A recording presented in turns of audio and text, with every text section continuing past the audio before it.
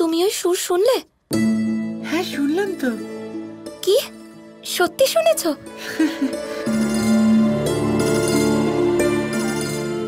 সত্যি বলবে তুমি শুনেছ? হ্যাঁ আমি শুনতে পেয়েছি ওই সুর।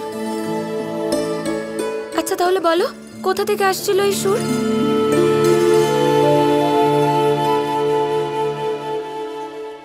আপনার হৃদয় থেকে ভীষণ জোরে বাজছিল সেখানে ওই মধুর সুর। আমার সাথে এভাবে উপহাস করার কোনো দরকার নেই।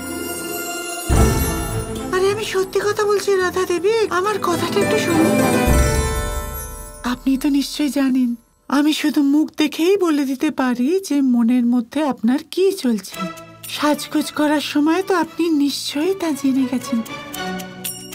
এবার একটা কথা আমায় বলুন রাধা দেবী, এই সুর সেই যুবকের সাথেই জড়িত না যে এইভাবে আপনার মন ভেঙেছে?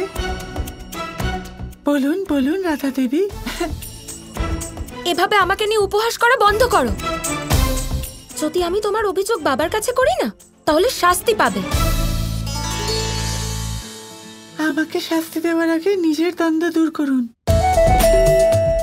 আসলে এইভাবে ক্রুদ্ধ হয়ে একটা বিবাহ সম্বন্ধে রাজি হয়ে যাওয়া, যেটা আপনি মন থেকে চান না, এটা তো ভুল, তাই না রাজকুমারী? আর এটার শাস্তি তো সারা জীবন আপনাকে ভোগ করতে হতে পারে। থামো, অনেক হয়েছে। তুমি কে হও আমার জীবন আর আমার সিদ্ধান্ত নিয়ে কথা বলার? হ্যাঁ, আমি গোপা দেবী, রাধা দেবী, আপনাকে বলেছিলাম না? আচ্ছা যদি আপনি ওই যুবককে ভালোই না বাসেন তাহলে তাকে খুঁজছেন কেন রাধা দেবী? তাতে তোমার কি? ঠিকই বলেছিলেন আপনি। আপনি তো আপনার পুরুষোত্তম মানে আপনার যোগ্য স্বামী উমেশ বাবুকে পেয়েই গেছেন। উমেশ বাবু সত্যি ভীষণ ভালো। স্বাভাবিকভাবে কারোর যতটা ভালো হওয়া উচিত তার থেকে একটু বেশিই ভালো উনি। কখনো কখনো তো সন্দেহ হয় ওনার ব্যবহারে। বড়ই ভালো উনি, তাই জন্যই তো উনি চান আপনি নৃত্য করুন। আচ্ছা বলুন রাধা দেবী, আপনি উমেশ বাবুর জন্য নৃত্য করবেন তো? আমি কারোর জন্য নৃত্য করতে চাই না। আমার তো এরা মনে হচ্ছে যে আপনি নিশ্চয়ই নৃত্য করবেন। আমি কখনোই করব না। আমার সম্পূর্ণ বিশ্বাস যে আপনি নৃত্য করবেন। তুমি স্বপ্ন দেখতে থাকো, আমি নৃত্য করব না।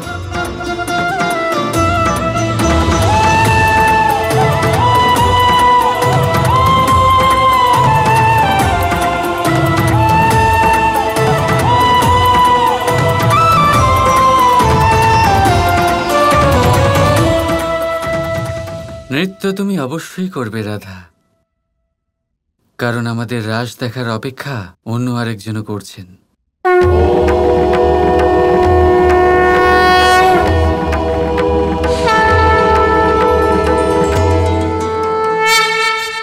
আত্মবিশ্বাস তো দেখো, বলছিল যে আমি নৃত্য করব। আমি আর নৃত্য কখনো না। রাধা দেবী আপনি আমাকে ডাকলেন? না, একদমই ডাকিনি তোমায়। আর হ্যাঁ, এখানে এসেই যখন গেছো তখন শুনে নাও গোপা দেবী, আমি এই জন্মে আর কখনোই নৃত্য করব না।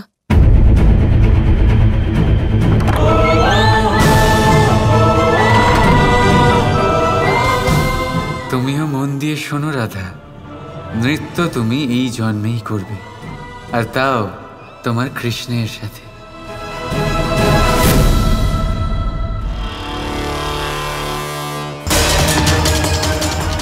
আমি জানতে চাই যে তুমি আমার জন্য নৃত্য করবে কি না। না। আমাকে না বললো, আমাকে যমাসুরকে।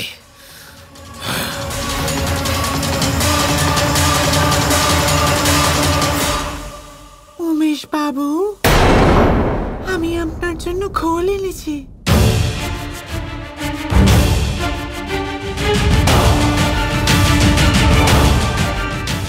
ঘোল? আমি তো কোনো ঘোল চাইনি। হ্যাঁ জানি আমি, কিন্তু আমি যখন জানতে পারলাম যে আপনার শত অনুরোধ করা সত্ত্বেও রাধা নৃত্য করতে রাজি হয়নি। আমার মনে হলো আপনি ক্রুদ্ধ হয়েছেন, আর আপনার ক্রোধ শান্ত করার জন্য আমি আপনার জন্য গোল নিয়ে এসেছি। তুমি যাও এখান থেকে, আমার কোনো ঘোলটোল চাই না। ঠিক আছে, চাই না যখন ঠিক আছে।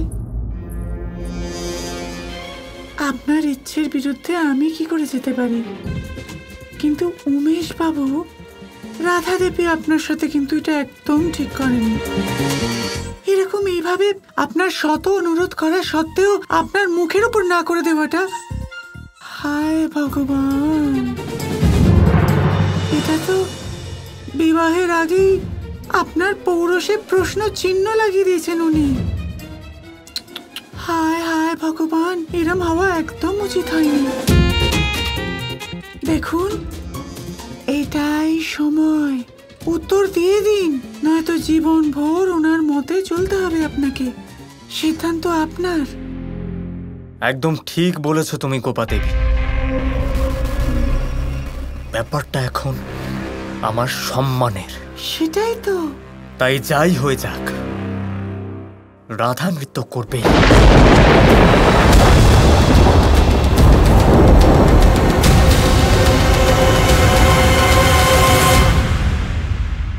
কিন্তু বুঝতে পারছি না যে এটা আমি করব কি করে। আমার কাছে একটা উত্তম পরামর্শ আছে, যার জন্য রাধা দেবী নিশ্চয়ই নৃত্য করবেন। সত্যি? যদি তুমি এরকম করতে পারো, তাহলে তুমি যা চাইবে তাই দেব। এটা কিন্তু মনে রাখবেন উমেশ বাবু, আপনি কিন্তু কথা দিলেন যা চাইবো তাই দেবেন আপনি। এটার মানে এই হলো যে আমি যা খুশি চাইতে পারি। তাহলে ঠিক আছে, এবার তো আমি এই অসম্ভব কাজকে সম্ভব করেই দেখাবো। শুধু উঠোনে সবার সামনে আমার হাতে হ্যাঁ করতে থাকবেন। কিন্তু কেন? শুধু দেখতে থাকুন।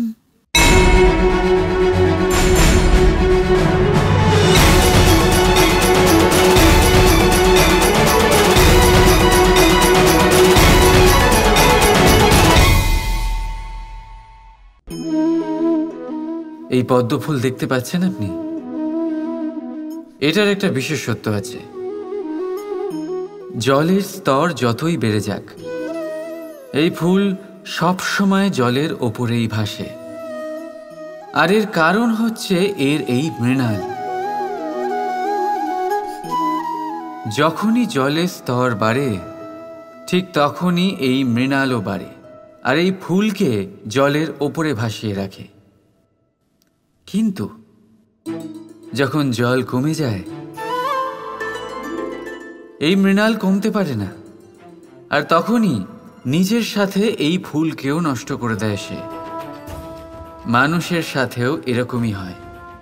দেখুন, মানুষ যত সমৃদ্ধ হতে থাকে, ততই তার জীবনের স্তর বাড়তে থাকে, তার ইচ্ছেগুলো, তার প্রয়োজন বাড়তে থাকে।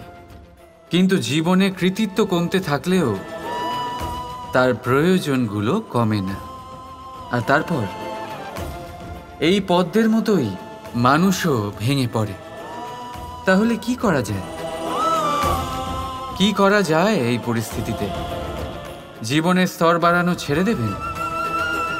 কখনো না। কিন্তু জীবনের স্তর বাড়ানোর সাথে সাথেই নিজের আত্মশক্তি একত্রিত করুন।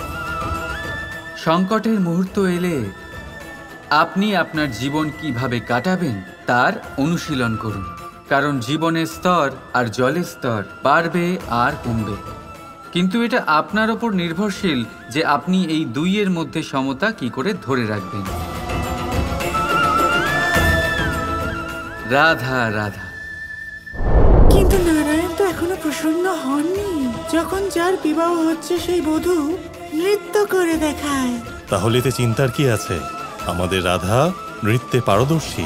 এবার এসো রাধা, রাসের সময় এসে গেছে। রাধা কৃষ্ণ কৃষ্ণ কৃষ্ণ কৃষ্ণ